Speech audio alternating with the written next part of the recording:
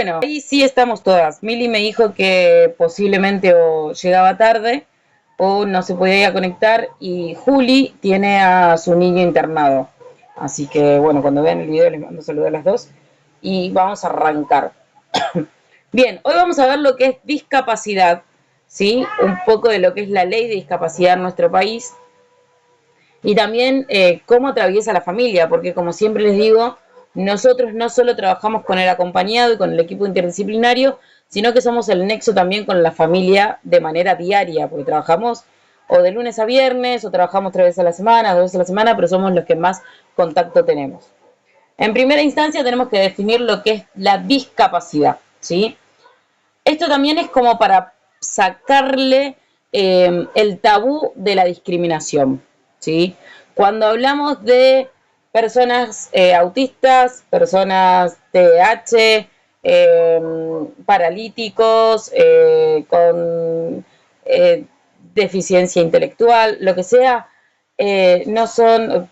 La otra vez una mamá me dijo que a su niño le habían dicho, ay, qué lindo, es un angelito que te mandó Dios, y que lo que hacía es evitar la palabra discapacidad.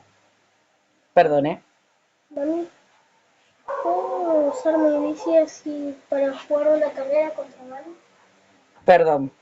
Pero la discapacidad es un término, es también en cómo lo utilicemos, pero ser discapacitado, hablar de una persona de discapacidad no es discriminarla, ¿sí? Es un término que está utilizado a nivel la Organización Mundial de la Salud y la Organización Mundial de Derechos Humanos, ¿sí? La discapacidad viene de esto, que hay una capacidad distinta. Habla desde la diversidad, no de la disminución ni desvalidación de otra persona. La discapacidad es una condición que surge de la interacción entre una persona, ¿sí? Un sujeto que presenta una deficiencia física, mental, intelectual, sensorial o con esto de que las barreras del entorno sociales, culturales, físicas o actitudinales, o sea, habla de nuestra actitud, limitan su participación plena y efectiva en la sociedad en igualdad de condiciones con las demás personas. Vuelvo a esto, discapacidad es tener capacidades distintas, ¿sí? No quiere decir que las tenemos que minusvalidar. La discapacidad no está solo en la persona, sino también en el entorno. ¿Qué quiere decir? Que aparece la dificultad o la limitación cuando aparecen barreras que impidan que esta persona pueda participar o desenvolverse normalmente. Pensemos en esto. ¿Cuántos colectivos conocemos que tengan la rampa automática para que suba una persona con silla de ruedas?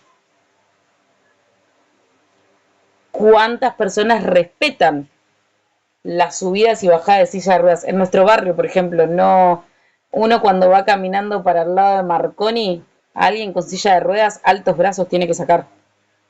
O las señalizaciones con alguien con disminución visual o ciega. O sea, no hay semáforos que tengan la chicharra. Entonces, una persona que tiene movilidad reducida o disminución no tendría tantas dificultades si aparecieran rampas o señalizaciones como corresponden, que es algo que la ley lo ampara para que todo el país tenga estas señalizaciones, ¿sí? Si de repente nuestro sistema educativo propusiera hoy que las docentes tengan acceso a capacitaciones, ¿sí? Ya sea desde neurodivergencias a sistema de braille, sistema del lenguaje de señas. ¿Cuántos niños hoy van a las 500 porque en otro lugar no saben cómo comunicarse con ellos? Niños, niñas, adultos que quieren ir a comprar el pan y que tienen que estar haciendo malabares para que el vendedor le entienda que quiere pedir pan porque se comunica a través del lenguaje de señas, ¿sí? Según la Organización Mundial de la Salud, la discapacidad puede involucrar deficiencia, que es alteración en una función o estructura del cuerpo, limitación en la capacidad, en la actividad, que es la dificultad para realizar tareas o acciones, y restricción de la participación, que son los problemas para involucrarse en situaciones de la vida diaria. En el campo de la salud y la inclusión, los tipos de capacidad se clasifican según el área de funcionamiento, ¿sí? No es que todas las discapacidades son iguales. Pueden haber discapacidad, o sea, diagnósticos que corresponden al área de discapacidad juntos en una misma persona, sí, pero no quiere decir que esta persona los tenga todos o no tenga ninguno, ¿sí? Y que todos sean iguales. Tenemos, por ejemplo, la discapacidad física o motora, que tiene que ver con todo lo que es el movimiento y el control del cuerpo, que afecta a la movilidad, ¿sí? A todo lo que es el equilibrio, coordinación, fuerza, trote, caminata, movimientos de brazos. Por ejemplo, las parálisis cerebrales, las lesiones medulares. Luego vamos a ver que hay niños desde primeras infancias que con parálisis cerebrales o con meningiolitis, que son todo lo que tiene que ver con lesiones medulares desde el nacimiento, ¿sí? Luego tiene situaciones de que les aparecen las parálisis en las piernas o en cualquier de las extremidades, piernas, brazos, ¿sí? O funcionalidad disminuida, amputaciones, enfermedades neuromusculares, caminar, mantener el equilibrio, manipular objetos.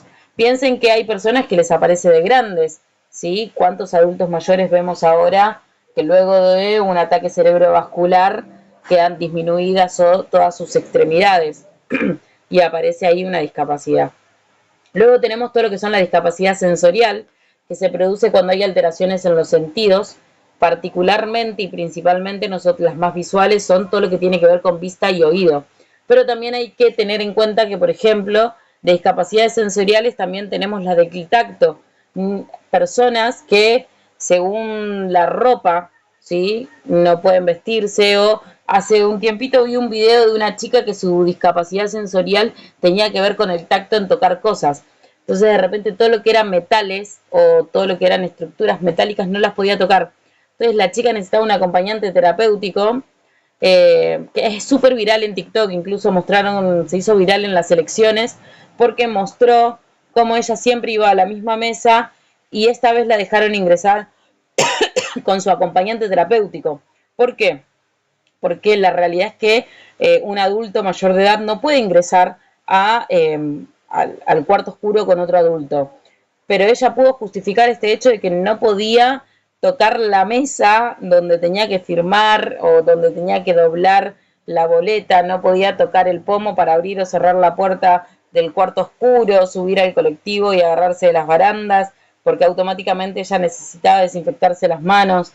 Pero bueno, aparte de todo lo que tiene que ver con discapacidad visual o auditiva, que son las principales que llegamos a ver, hay también todo esto que tiene que ver con lo sensorial, con lo gustativo, cuando hay esto de ciertos gustos no los podemos asimilar. Y también con los sonidos, por ejemplo, no sé si escucharon hace poco que Natalia Oreiro tiene esto de que no puede escuchar a otra gente masticar. No sé si lo habían escuchado. Ella lo está haciendo como muy viral, a la misofonía se llama. Es como muy nueva, o sea, muy nueva de escucharla y gracias a Natalia Oreiro que se está haciendo esto de notorio. Pero la misofonía es una condición en la que una persona, ¿sí? Empieza a generar ansiedad o reacciones emocionales muy intensas al escuchar a otra persona masticar o hacer sonidos con la boca.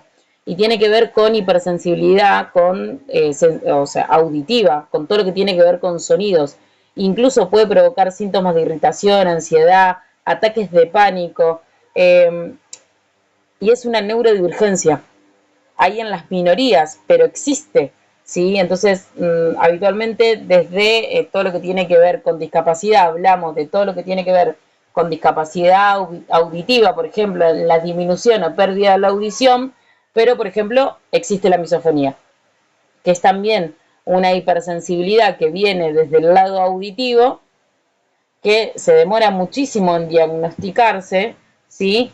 Pero que altera mi vida social, porque me puede agarrar incluso un ataque de pánico con esta situación. Bueno, entre estas discapacidades sensoriales tenemos las visuales, que es la disminución o pérdida de la visión, auditiva, disminución o pérdida de la audición, pero también hay que tener en cuenta que se ha abierto un panorama a un montón de diversas nuevas discapacidades. Luego tenemos con todo lo que son las discapacidades intelectuales, que son las que se caracterizan por las limitaciones en el funcionamiento intelectual y en las habilidades adaptativas, que afectan al aprendizaje, resolución de problemas y la autonomía en la vida diaria. ¿Qué es lo que sucede con estas? Que habitualmente nos centramos en los chicos con discapacidad de disminución intelectual, ¿sí? Que son los que les cuesta. Pero tenemos a los chicos con altas habilidades intelectuales, ¿sí? Entonces ahí aparece que los chicos con altas capacidades, ¿sí? Empiezan a tener deficiencia en las habilidades sociales. Habitualmente nos centramos y aparecen muchos los acompañantes terapéuticos y los PPI con los chicos que tienen deficiencias intelectuales. Y los chicos con altas capacidades intelectuales, ¿sí? Que sus habilidades cognitivas superan a lo estipulado con los niños de su edad o con los adultos de su edad, y lo que sucede habitualmente que son los niños disruptivos, porque tienen mala conducta porque se aburren muy rápido, ¿sí? No pueden esto de gestionar todo lo que es emocional, ¿sí? Entonces pasan desapercibidos porque o sea, no son lo esperado para la sociedad, pero a su vez aparece todo lo que tiene que ver con su parte social. Entonces es muy difícil que sean incluidos, tienen problemas con otras personas porque suelen interrumpir, porque se dispersan más rápido, porque ya resolví lo que tenía que resolver, entonces ya está, no me pongo a interactuar tienen problemas para relacionarse con los demás, también esto a no sentirse motivados, altas exigencias dentro del proceso áulico, entonces aparece la ansiedad o aparece la depresión. Entonces es muy importante entender de que también cuando hablamos de todo lo que tiene que ver con intelectualidad, ¿sí? Con todo lo que tiene que ver con las disfuncionalidades intelectuales, también tenemos que hablar con los niños con altas capacidades, que vuelvo, no suelen necesitar acompañamiento terapéutico porque tienen dificultades en el aprendizaje, pero sí en las conductas y habilidades sociales. Nosotros, por ejemplo, tenemos en el espacio un niño que resuelve todo, pero de una manera súper veloz, es súper inteligente, pero en el momento que aparece un límite o está aburrido, el pibe se va a deambular, le han hecho evaluaciones de TEA, de TDAH, y en realidad no es que está aburrido, porque ya resolvió todo. Entonces se deprime rápido porque no tiene nada nuevo y nada que le interese, porque todo lo va descubriendo, tiene memoria fotográfica, el CI por las nubes, entonces necesita un acompañante terapéutico para regular todo eso, porque es muy pequeño. Este niño en particular tiene 7 años. Es pequeño y la frustración es enorme porque tal vez resuelve todo, matemática, lo de naturales, todo lo que le proponen, pero tiene que sacar punta del lápiz y es una crisis. Literal es una crisis. El otro día rompió un lápiz a la mitad. Porque esas cuestiones más pequeñas terminan desbordándolo. Bien, de luego tenemos todo lo que es la discapacidad psicosocial, o mental, que son todos los que se relacionan con trastornos de salud mental. En este en particular, después vamos a ver todo lo que tiene que ver con discapacidades dentro del ámbito de salud mental, porque es más específico y más amplio, ¿sí? Y aborda un montón de otros aspectos y está atravesado por la ley de salud mental, ¿sí? Luego tenemos todo lo que son las discapacidades múltiples, que ocurre cuando una persona presenta 2 o más tipos de discapacidad simultáneamente. Por ejemplo, no sé, discapacidad intelectual y motora, discapacidad visual y auditiva, ¿sí? Entonces se requieren muchísimos más apoyos y estrategias interdisciplinarias. La Convención sobre los Derechos de las Personas con Discapacidad fue aprobada en 2006 por la Organización de las Naciones Unidas en un tratado internacional que lo que se llevó a cabo es reconocer que las personas con discapacidad tienen los mismos derechos humanos y libertades fundamentales que todas las demás personas. ¿Por qué? Porque antes todas las personas con discapacidades eran consideradas como menos que las personas neurotípicas, ¿sí? Ahí volvemos a los viejos tratamientos en donde una persona esquizofrénica le practicaban la lobotomía, un niño autista practicaban los castigos físicos por no sostener la mirada o por no responder bien al nombre. Los niños con síndrome de Down eran ocultados de las familias como la servidumbre o el, perdón por la palabra, porque es re feo utilizarla, el mongólico, ¿sí? Que incluso era utilizado como una desvalidación, ¿sí? Entonces el objetivo de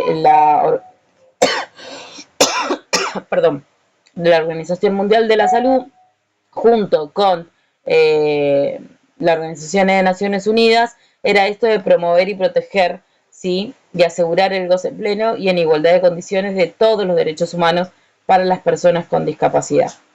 Sí. Bien. Perdón, se me perdió.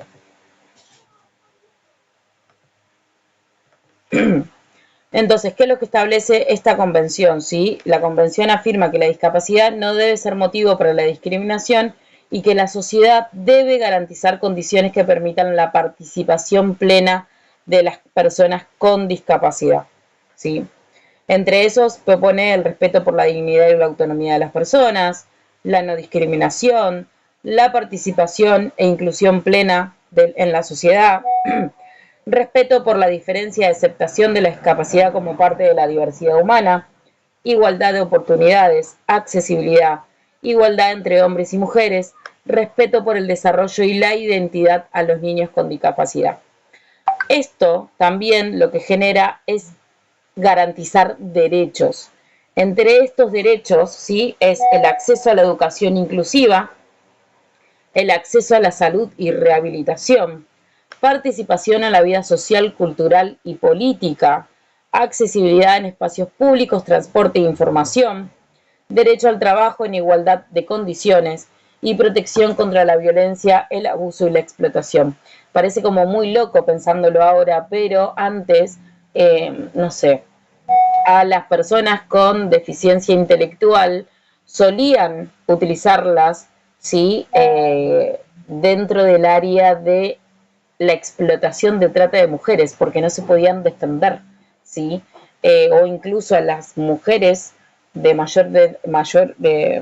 ya eran grandes, pero que sus pensamientos o actitudes o conductas referían a un grado de menor edad, las utilizaban para practicar pedofilia, ¿sí? Es algo aberrante pensarlo ahora, pero hace 20 años atrás, ¿sí? Pensemos, hace 20 años atrás, no es a seguir mucho más lejos, era algo culturalmente aceptado. ¿Por qué? Porque no había nadie que vele por sus derechos, ¿sí? O pensar en una persona con discapacidad que tenga acceso al trabajo o acceso a la educación, ¿sí? Todo esto era como, bueno, no importaba porque es un discapacitado, literalmente. Muy triste pensando en las políticas actuales en las cuales hoy hay mucho de eso, pero bueno, es algo que hay que trabajar. La persona con discapacidad no es distinta a nosotros, tiene capacidades distintas. Entre esos, esto es lo que establecía, ¿no? El propósito principal era promover, proteger y asegurar que todas las personas tengan el goce y el goce pleno y la igualdad de condiciones en todos los derechos humanos y libertades. Eh, Pensar en esto como la accesibilidad, el conocimiento a la ley y principalmente el artículo 19 es uno de los más interesantes porque es el derecho a vivir de forma independiente. Hace un tiempo atrás, por ejemplo, a las personas con síndrome de Down no las dejaban casarse. La única justificación es tiene síndrome de Down, no puede casarse. ya no había otra. Las personas con enanismo, ¿sí? Eran tratadas como personajes de circo, se reían de ellos, utilizados para la discriminación, no se les permitía tener hijos, ¿sí? Ya automáticamente llegaban a la adolescencia y le hacían tratamientos eh, para que no tengan hijos, y les practicaban tratamientos anticonceptivos sin su consentimiento. Y las personas con enanismo tienen una discapacidad, pero es una discapacidad física. Sí, luego lo vamos a ver más en detalle, pero no tenían una discapacidad, no hay una discapacidad intelectual que venga de la mano de las personas con enanismo. Y aún así no les permitían tener voz y voto en cuanto a su sexualidad. ¿Sí? Entonces, bueno, todo lo que vino a promover el, el, esta convención es empezar a tener vigencia sobre sus derechos. En Argentina, particularmente, nosotros tenemos una ley, que es la ley principal sobre la discapacidad en Argentina, que se sancionó en 1981, que es la ley 22.431. ¿Hasta ahí vamos bien o voy hablando muy rápido? Bien. La ley 22.431, que es una de las leyes que nos ampara y nos enmarca a nosotros como acompañantes terapéuticos, establece la posibilidad de crear un sistema de protección integral para las personas con discapacidad. Lo que garantiza es la atención médica y la rehabilitación, educación y formación laboral, integración social, accesibilidad en espacios públicos y beneficios sociales y laborales. Entonces lo que hace es promover la igualdad de oportunidades, establece beneficios y medidas de protección social, ahí es donde aparece el CUD, donde aparecen las pensiones, donde aparece hoy por hoy la asignación universal para hijos con discapacidad, que incluso estas, si hay alguna discapacidad intelectual, ¿sí? Como retrasos madurativos mayores, promueve de que la familia pueda percibir esta asignación incluso para personas mayores de edad, ¿sí? Y también trata de eliminar todas estas, lo que son las barreras físicas y emocionales. Por ejemplo, entre estos es la que promueve todo lo que tiene que ver con la inclusión laboral, los proyectos de inclusión laboral. Cuando aparece el SET en la vida de las personas con discapacidad, lo que hace es formarlos laboralmente para que luego tengan alguna inserción laboral. Y si no consiguen un trabajo, por ejemplo, no sé, acá en el barrio, ningún local puede contratar a tal persona porque no les da el bolsillo, sí, económicamente para contratarlo, pero esta persona está dentro del marco de la ley de discapacidad y tiene los beneficios. Entonces, el Estado, por 10 meses, para que esta persona pueda tener experiencia laboral, le sustenta un sueldo, ¿sí? Entonces, el empleador no tiene que pagar el sueldo, pero sí va a estar supervisado por el equipo tratante. Entonces, de repente, no sé, Pepito quiere conseguir laburo y va y el kiosco de la esquina le da laburo durante 10 meses, en los cuales, no sé, le dice tener, según lo que él proponga el equipo tratante, ¿no? Pero tiene que realizar mantenimiento y ordenar y bla, bla, bla, bla. Entonces, esta persona va a cumplir un horario, pero el sueldo lo va a otorgar el Estado, ¿sí? Son todos los programas de inclusión laboral y también están los programas de capacitación en donde hacen, no sé, cursos para auxiliería, para cocina, así tienen un montón de cursos que pueden seguir haciendo luego de terminar sus estudios secundarios para tener acceso laboral y autonomía, ¿sí?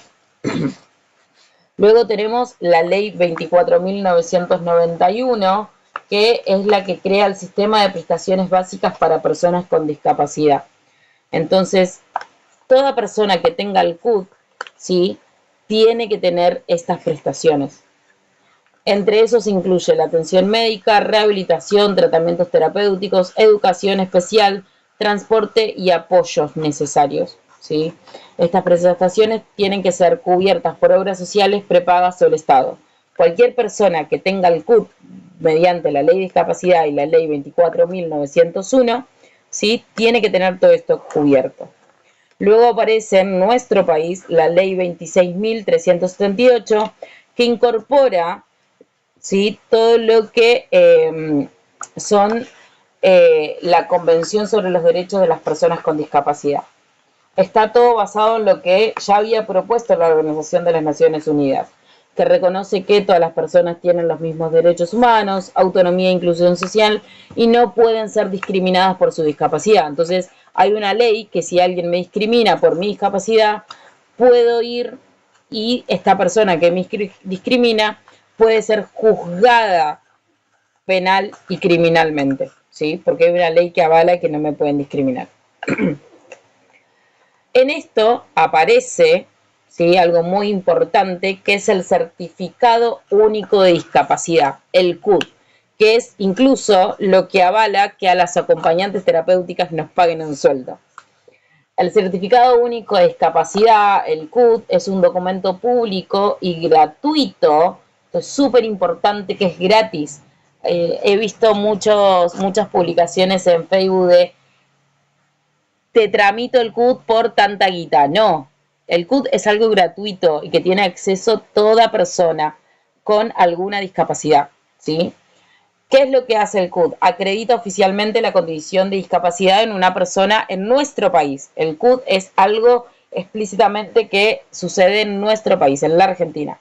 Este certificado permite acceder a distintos derechos, prestaciones y beneficios establecidos por la legislación nacional, especialmente por la ley que vimos antes, la 22.431, que es la ley de discapacidad, y la ley 24.901, que es la ley de prestaciones básicas para personas con discapacidad, ¿sí?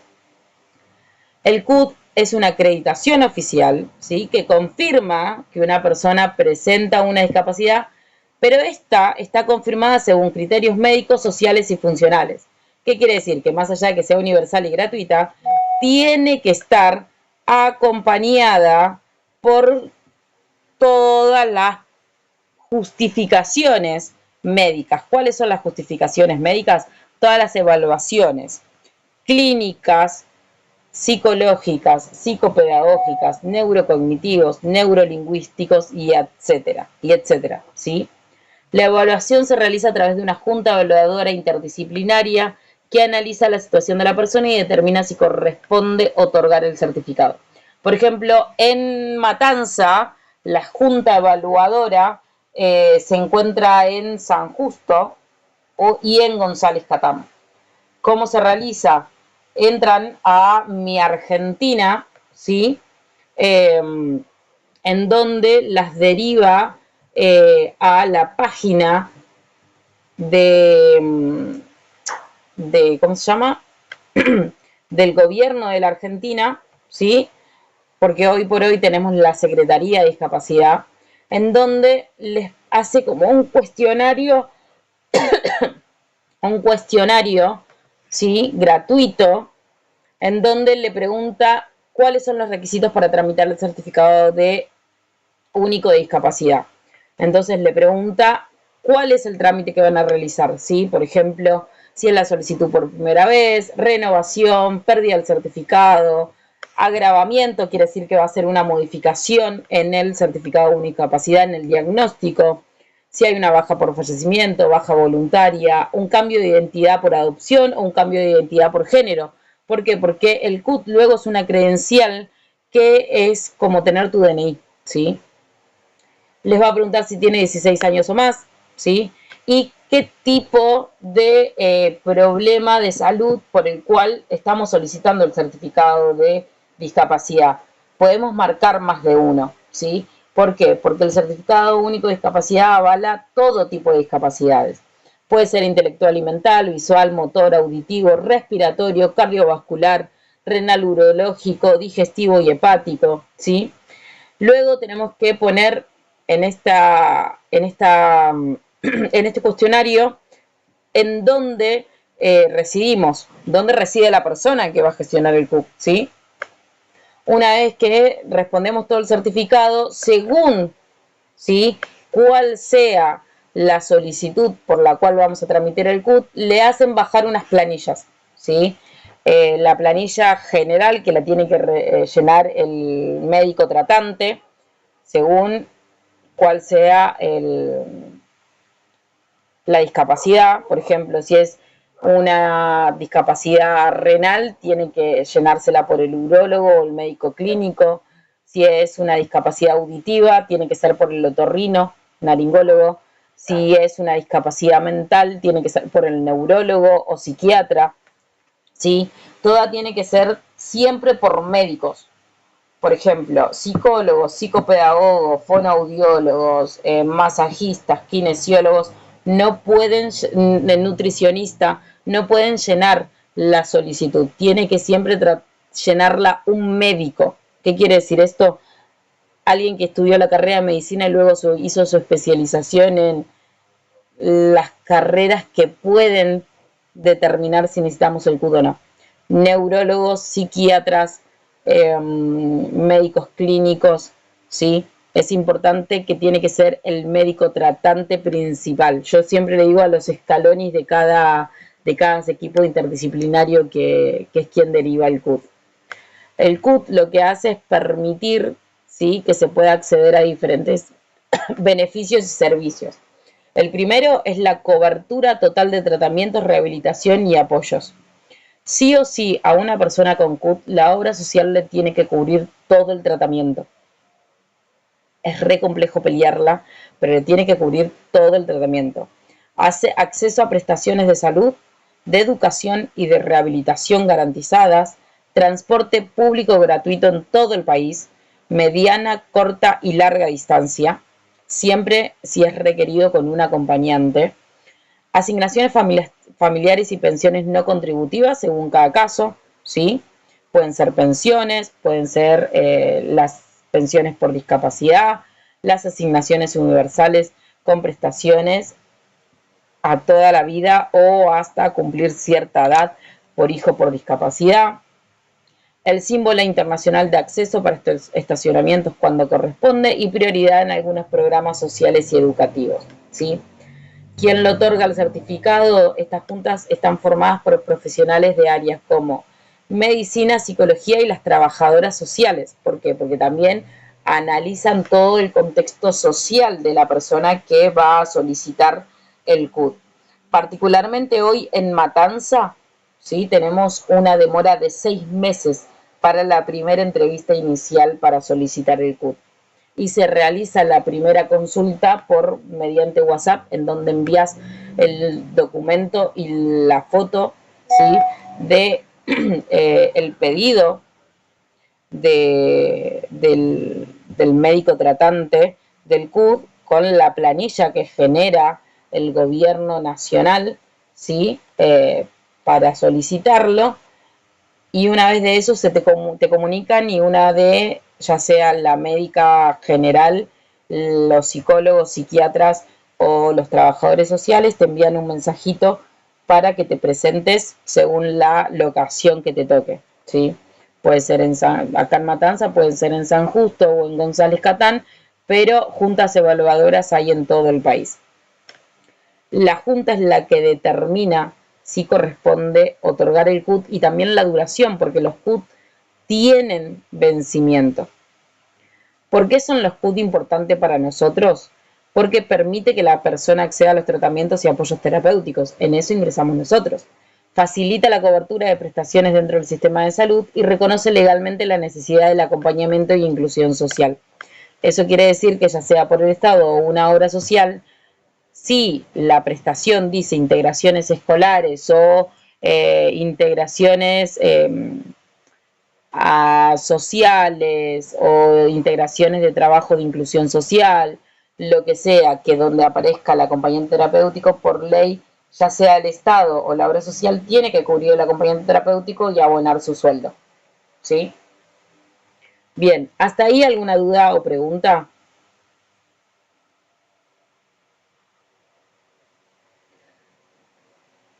Bien, en todo lo que tiene que ver con discapacidad, hay un factor que interviene, que es primordial, que es la familia. Sí, sí,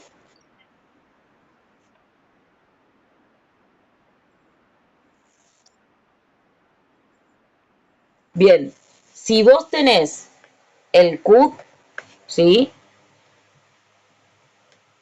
Hasta ahí vamos bien. Bien. Si vos tenés el CUT y en tu CUT dice que vos necesitas un acompañante terapéutico, te acercás a tu obra social, en caso de que tengas tu obra social, presentás la documentación, que la documentación depende de cada obra social. Por ejemplo, no sé, vamos a dividirlo según cada caso. Primero, para que tenga un acompañante terapéutico y que sea requerido, ya sea el neurólogo o el psiquiatra o el médico generalística clínico que llene el papel del CUT, tiene que agregar, ¿sí? En una cuadrícula que hay abajo. Yo ahora les voy a mandar un modelo de cómo es la planilla para tramitar el CUT. Tiene que agregar en un cuadradito que hay abajo, en las terapias y prestaciones que solicita, tiene que agregar la solicitud del pedido de acompañante terapéutico. Si no, no se la van a solicitar, ¿sí? Tiene que ir por orden médica. ¿Para qué? Para que luego la Junta Evaluadora lo acepte y lo agregue, ¿sí? En abajo en donde tiene que ver la listita de prestaciones, en donde va a ir incluida acompañantes terapéuticos o, en caso de que sea para la inclusión escolar, integración escolar, va a decir, ¿sí? Módulo de integración escolar. Una vez que en el CUT figura, que el CUT aparece con un papel, ahora les voy a traer un CUT para que vean.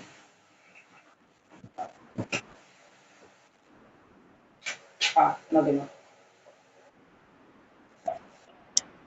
Aguárdenme un segundo que voy entrando a mi Argentina. Para que ustedes puedan acceder a eso, tiene que aparecerles también el CUD en mi Argentina, ¿sí? O antes solo con el papel, sí, que era un papel que te entregaba la Junta Evaluadora, ya estabas, pero hoy te lo pide que también aparezca en mi Argentina. Y en mi Argentina aparece como una credencial y un QR, ¿sí? Cuando van a la obra social,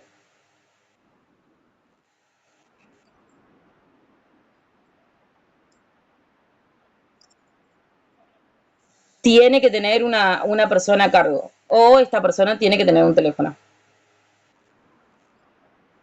Sí,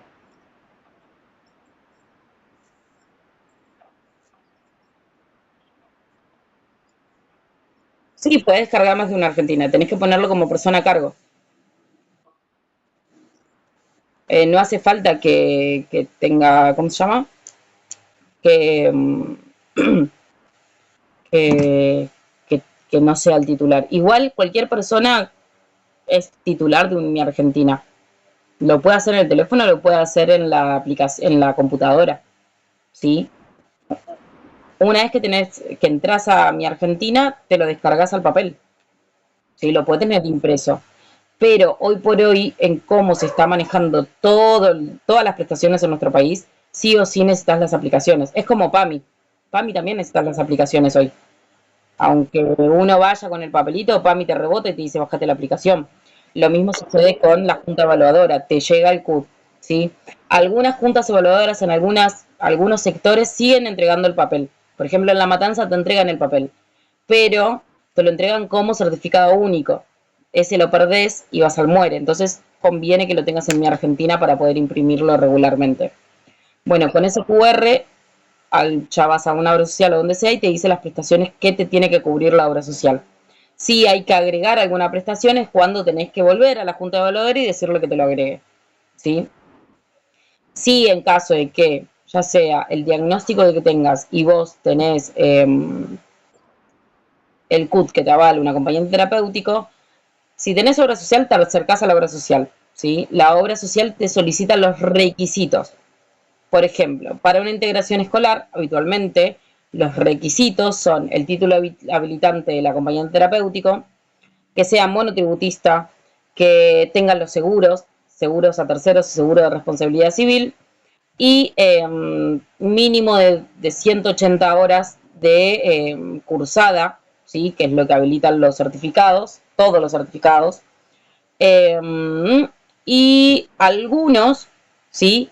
Piden equipo supervisor o piden que entre por un centro categorizado. ¿Sí? Una vez que ingresas todos los papeles, luego la obra social depende de los términos, tiempos burocráticos que implemente la obra social, eh, te manda la compañía terapéutica. O sea, te empiezan a abonarle a la compañía terapéutica. Bien. ¿Hasta ahí se entendió más o menos?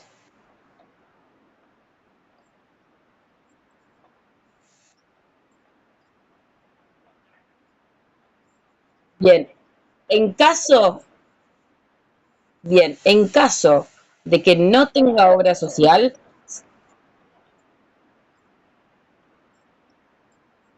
sí, es que, por ejemplo, los adultos mayores que tengan CUD o que tengan las prestaciones por PAMI pueden solicitar desde auxiliar de enfermería, enfermero, incluso hasta laboratorio en casa, pero tienen que hacer toda la solicitud de prestaciones y tienen que estar firmadas por un médico tratante, ¿sí? En, en los casos, por ejemplo, cuando son menor de edad y no tienen obra social, pueden ir por Desarrollo Social de Argentina, el Ministerio de Desarrollo Social, y solicitar que les cubran todo lo que tiene que ver con los acompañantes, más que nada con acompañantes, porque en caso a tratamientos les van a decir que vayan a un hospital público. Sí, porque los acompañantes sí los pueden tramitar desde ahí. Pero si de repente le dicen, che, que necesito que me cubran todo lo que comprenda, no sé, tratamiento de psicopedagogo, fonoaudiólogo, la realidad es que le van a decir, bueno, tenés que ir eh, a los hospitales públicos y pedir los turnos. El tema es que nuestro sistema de salud hoy está desbordado con lo que tiene que ver con, es lo que hablábamos la semana pasada, todo lo que tiene que ver con los nuevos, eh, todo lo que tiene que ver con los nuevos, con los profesionales, con el nuevo sistema. Sí. Bien. En cuanto hablamos de discapacidad, yo lo que les decía, comentaba, es que uno de los pilares es la familia, ¿sí? La familia y la discapacidad es como lo que tiene que ir a la par. Y la familia es, pensemos que es el entorno en donde la persona, ¿sí? Comienza a desarrollarse, a construir vínculos, a adquirir habilidades para la vida cotidiana. Y cuando aparece una discapacidad, no solo atraviesa a la persona discapacitada, sino que atraviesa toda la familia, que tiene que venir con todo un nuevo proceso de adaptación. Reorganiza roles, expectativas, dinámicas de convivencia, y la presencia de una discapacidad no solo involucra a la persona, sino que impacta a todo el sistema familiar y genera cambios emocionales, sociales y económicos. Principalmente todo lo que implica lo emocional y lo económico. ¿Sí? Entre las reacciones familiares frente a la discapacidad tenemos todo lo que es impacto o shock, ¿sí? Esto de que cuando aparece el diagnóstico se detecta la discapacidad, genera o sea, confusión, miedo, angustia. También aparece la negación, ¿sí? Todo lo que es algunos familiares les cuesta un poco aceptar la situación. La búsqueda aparece en algunos familiares buscando información y apoyo y algunos que llegan a la aceptación y a la adaptación. Yo siempre cuento mi situación particular. Nosotros somos hoy por hoy una familia de 4 neurodivergentes. Mi hijo mayor es TEA, que particularmente le afecta en sus habilidades sociales. Mi hijo del medio es TDAH con altas capacidades. Mi hijo más pequeño es TEA con disfunción en el lenguaje, TEL. Y yo soy TEA con TDAH, descubierta hace muy poquitito. Eh, ¿Qué me sucedió? En realidad, mi mundo dentro del área de la salud mental y discapacidad arrancó con mi hijo mayor, eh, que cuando comenzó con todas sus crisis neurosensoriales, era muy complejo porque me empecé a aislar del mundo. Algunos, o sea, Adri me conoce virtualmente, algunas de ustedes me conocen de acá del barrio, pero lo que me sucedía, que fue como con quien aprendí a vivir todas estas situaciones, eh, fue que tuve que empezar a modificar toda mi vida. Primero es que no todos aceptaban a quién es mi hijo mayor. Me ha sucedido de tener crisis incluso subiendo a remises y que de repente no me quieran llevar, tener la notita ahí de a esta casa no quiero ir por el nene. Me ha sucedido que su progenitor, cuando comenzaron los primeros síntomas, decida que no quiera tener más vínculo, al día de hoy no tienen vínculo. Que su abuela paterna dijera que en realidad todo eso le pasaba por caprichoso y porque yo era muy joven para poner límites.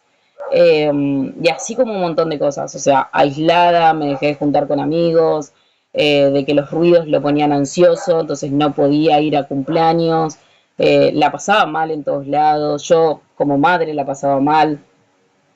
Empecé con esto de la búsqueda de información.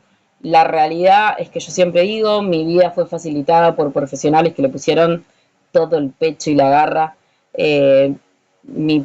Su primer fonoaudióloga que me dijo, che, Dai, mira, Jere está en esta, tomá información. Jere fue diagnosticado hace 15 años atrás, en donde no había tanto acceso a la información como hoy. Entonces, de tener, yo no tenía internet en mi casa, o sea, no había tanta internet en las casas, YouTube lo miraba todo pausado, entonces la Fono me bajaba cuadernillos de Madrid, me acuerdo porque todavía los tengo dando vueltas, me los imprimía con información sobre el autismo en ese momento, no había esto del trastorno del espectro del autismo y del trastorno específico del lenguaje. Me bajaba libros y me los daba para leer. Yo encontré en ese camino, ella me recomendó una psicóloga que también me bajaba información, me daba charlas, me hacía sumarme a talleres, toda la mayoría eran españoles, sobre esto. Después en eso llegó una psicopedagoga, todo esto incluso yo, chicas, yo tenía 19 años, ni dos dedos de frente, entonces nada, me costaba todo el doble, crisis, angustia, ataques de pánico terribles. Luego descubrí también que la neurodivergencia a mí me atravesaba y mi ansiedad y mis brotes y mis enfermedades autoinmunes también era por ese lado. La cosa es que, nada, esto de que a la familia también nos atraviesa de una manera. Y la parte económica. Yo laburaba de camarera, me acuerdo que el Bailey, que es el primer estudio que le realizo a mi hijo para poder saber en qué situación estaba, la hice cuando Jere tenía 3 años, acá en Matanza no existía para hacérselo y fuimos a Pompeya, en la Loma de Lupite, y para pagarlo, mis jefas en ese momento, que yo trabajaba en un salón de fiestas, me lo pagaron y yo tuve que trabajar como a medio sueldo durante casi 2 meses, porque claro, el centro quería la plata entera, yo no la tenía entera porque laburaba por evento, entonces ellas repiolas igual, porque la verdad es que después me terminaban dando más propina y demás, pero la realidad es que ellas agarraron y me bancaron ese primer estudio. Después psicopedagogía, también cuasi que la abandona en su momento casi crucial en su vida, y la psícope me dijo, ¿sabes qué? Yo tengo estas alumnas que estoy supervisando, te lo van a hacer todo el tratamiento gratis, vos a cambio tenés que venir y agarrar y ordenar los papeles. Yo era buena en la parte administrativa, ordenar los papeles del espacio, entonces hacía eso. Pero bueno, nada, la realidad es que di con el diagnóstico en ese momento re ilusa yo, gracias a los profesionales que me acompañaron en el camino, que hicieron cosas ad honorem, que me ayudaban, y fue donde empecé a labrar todo mi camino dentro del área de salud mental y discapacidad. Yo siempre, yo sigo teniendo contacto con la psicopedagoga y la fono de Jere, las primeras, porque hoy ya no lo acompañan, y yo digo, soy como profesional hoy gracias a ellas. Y la realidad, gracias a mi red. Las familias necesitamos redes de profesionales que nos escuchen, nos abracen, porque el diagnóstico es traumático y no traumático por quienes son nuestros hijos, sino por la sociedad que nos atraviesa. La discriminación, la falta de inclusión, las puertas cerradas. y lo digo, lo sigo sosteniendo hoy 2026, en donde a mí el año pasado casi me lo reprueban a Jere porque no podía dar un examen oral o porque le daban ataques de ansiedad. O sea, Jere todavía no se puede parar frente y la profesora diciéndome, te lo voy a reprobar, y yo como, pero tengo un PPI, tengo esto yendo como leche hervida, diciendo acá la parte de profesional se me está yendo por otro lado, y estamos hablando del 2026, en donde mi hijo más chico tiene crisis por momentos en los cuales salen trasero porque tiene disfunciones, es más, se está desnudando en este momento, disfunciones sensoriales, no sostiene el tener ropa, y que pase una vecina y me diga que lo estoy criando mal porque mi hijo anda desnudo por mi patio. El 2026. Yo les voy a mostrar, chicas, esta situación. Voy a frenar la grabación porque después lo voy a subir a YouTube. Pero yo les voy a mostrar, mi hijo anda, le voy a atrapar su parte íntima, pero anda todo el día así. No puede sostener eh, usar ropa. No le gusta. Es un TEA no hablante y que no usa ropa. En el jardín aprendió a sostenerlo ahora la ropa, pero después en su vida en general no usa ropa. Eh, es un nudista nato. Le encanta andar en trasero. Nosotros decimos otra palabra acá, pero le encanta andar en culo por la vida. Eh, sí,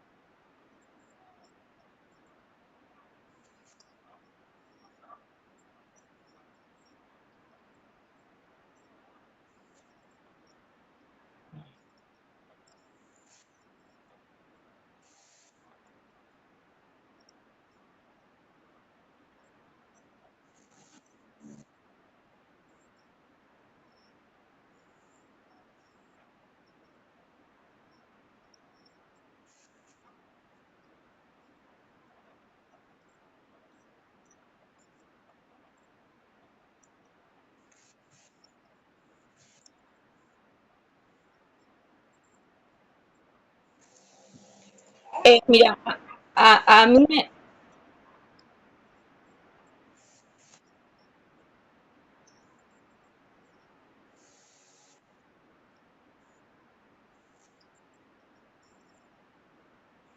mira, yo soy, a mí me sucedió hace poco, bueno, empecé con esta búsqueda de mi diagnóstico, todo esto por una recomendación de la neuróloga de mis hijos, que me dijo, uno, dos, tres, los tres neurodivergentes, el único factor en común que te tienen mamás a vos, hay algo que tenés que evaluarte. Y me empezó a hacer preguntas de mi niñez, onda, vos te quedabas quieta mucho, te gusta estudiar, qué haces, cuántas horas dormís, o sea, y a todo esto me dijo, mamá, hacete el neurocognitivo. Me hice el neurocognitivo, o sea, yo lo que tengo es, no puedo manejar la frustración en línea general, así como tu hijo, me sucede que, no sé, escribí mal una letra en la carpeta y terminé pasando las 30 hojas.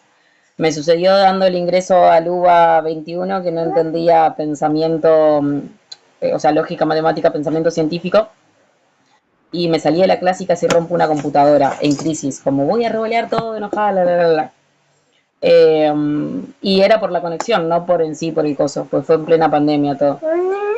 Hace poco me hice el neurocognitivo junto con el AIR y el A2, y me salió que tengo 138 DSI, eh, con trastornos de ansiedad e hiperactividad y grados, o sea, hay ciertos grados con respecto a la sociabilización y demás. Hice masking toda mi vida, hice burnout por el tema de coso, de no estar diagnosticada bien. a lo que me terminó despertando en consecuencia enfermedades autoinmunes, porque tenía crisis de ansiedad que hacían que me suba mucho la presión, entonces me generaba coágulos mi cuerpo y me daban pequeños ACV, parálisis en el cuerpo, bueno, en fin, las personas mal diagnosticadas terminamos como enfermas después por otras cosas. Pero a lo que voy es que sin las familias y sin las redes de apoyo, la familia queda muy sola en el mundo con respecto a las discapacidades. Y que muchas veces quienes son las primeras redes de apoyo son los acompañantes terapéuticos, los profesionales, porque son los que tienen las herramientas para entender teóricamente y empáticamente. Eh, y ese es el rol que a nosotros nos toca cumplir. A mí me sucede esto de repensarlo siempre a los acompañantes terapéuticos como puentes, ¿sí? Puentes, pero no puentes de inclusión, sino estos puentes en la familia para brindar la contención emocional, para también poder desarrollar la autonomía. No sé, piensen en una mamá que de lunes a viernes tiene que estar con su hijo 24/7 y a todo esto no puede trabajar porque su hijo es un TEA no hablante, que necesita de un montón de herramientas porque aún no está con autonomía, que tiene que estar adentro del colegio, y de repente viene el acompañante terapéutico y esas 4 horas o le da 4 horas a la mamá de un buen baño tranquila, de una siesta o de poder salir a laburar y ganarse el mango.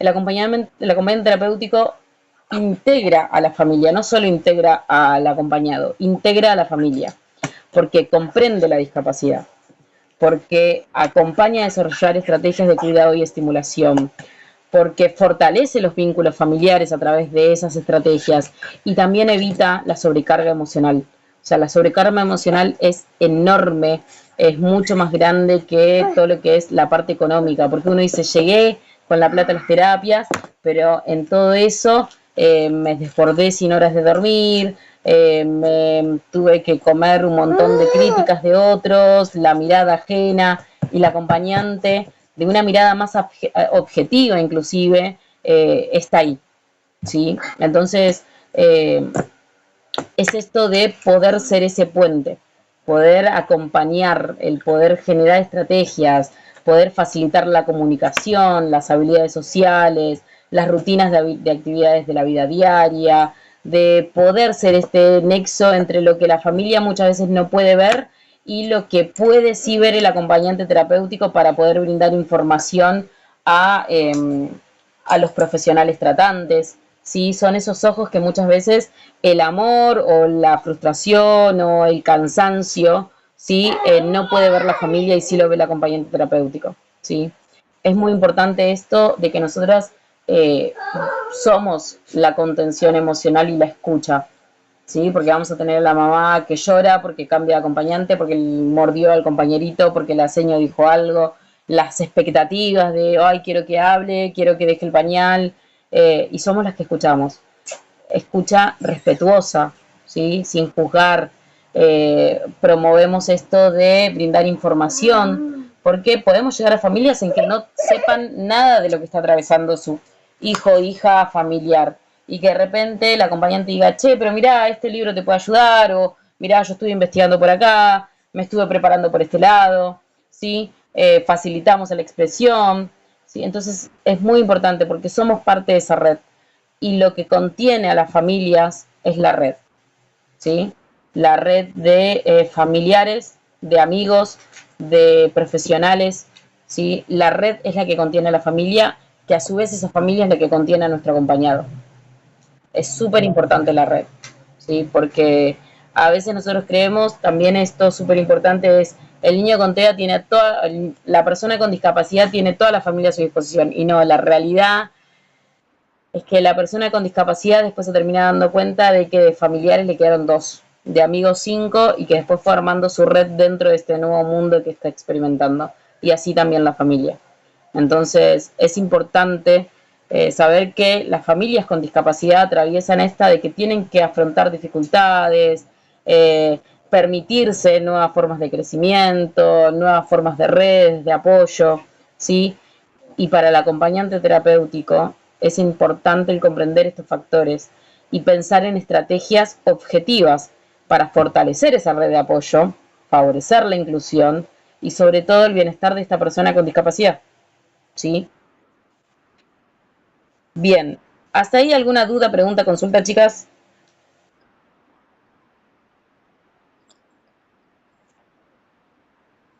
Sí, bueno, es algo que se está velando también de la importancia de que dentro de las personas, más que nada en los niños, ¿sí? De las familias que con niños que están atravesados por algún trastorno, que algunas terapias, principalmente psicología o orientación a padres, estén incluidas dentro de las prestaciones.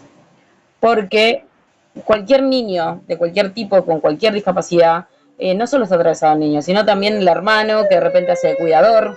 ¿Sí? Yo el otro día vi un video de una niña que andaba en silla de ruedas y que su cuidadora principal era su hermana un año mayor que ella nada más. O sea, la nena tenía 11, la hermana mayor, su cuidadora principal, tenía 12. Y todo lo que tiene que crecer de golpe esa niña, niño. ¿Sí? Entonces, las mamás con burnout, con depresiones, eh, hay otros factores que hay que ver dentro del área de salud mental y discapacidad para trabajar con respecto a las familias y las prestaciones. Pero bueno, son cosas que aún están ahí dando vueltas. Bueno, chiquis, ¿alguna duda, pregunta? Espero que la clase haya sido grata. La realidad es que a mí cuando hablo del tema de las familias y discapacidad me es más fácil hablar desde la experiencia propia que desde la teoría. Espero que no les haya sonado aburrido esa parte y nada, nos estamos viendo el encuentro que viene. Mi niño está en una pequeña crisis, así que el tema es que tiene trastorno del pica. Después lo vamos a ver qué es el trastorno del pica, que es que cuando tiene situaciones de ansiedad o de sueño necesita comer papel. Y le acabo de sacar el rollo de papel de la boca. Por eso está enojado. Pero luego vamos a ver lo que es el trastorno del pica y van a entender un poco la situación. Nos estamos viendo la semana que viene. A las que hacen estimulación temprana nos vemos el jueves y les mando un abrazo muy grande. Chau, chis.